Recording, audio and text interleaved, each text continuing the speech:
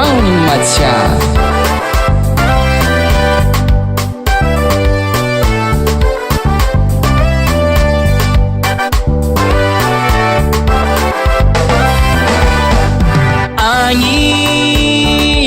Agny arô zay mama, lavitsy taony misy zao tsagny lavo papa. Agny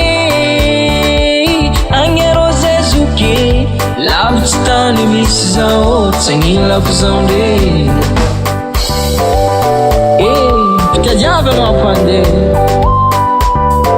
azala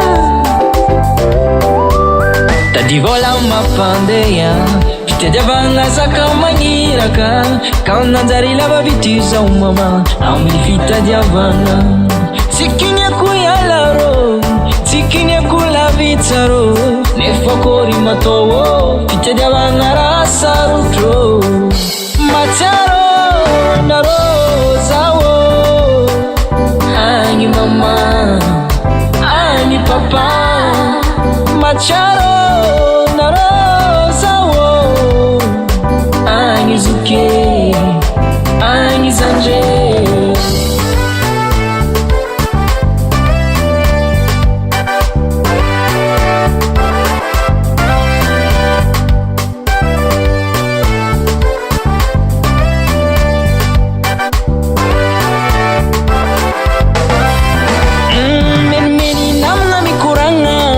Senda Matiaro areo abagna jiabange antanagna agny skopalatsika rivariva zao mihirahira ngo malatsa tokanao satria lavitsy olo tiana.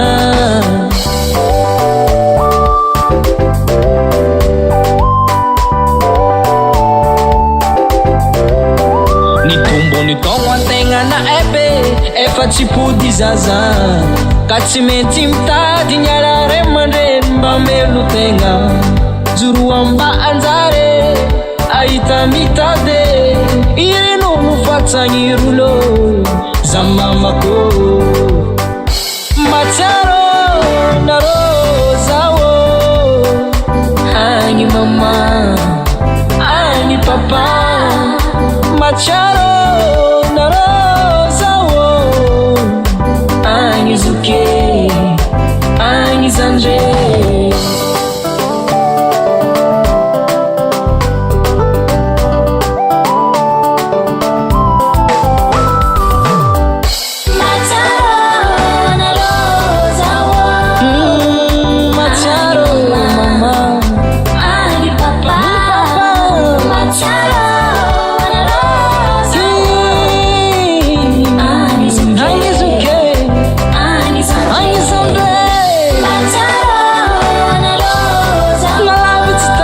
She's on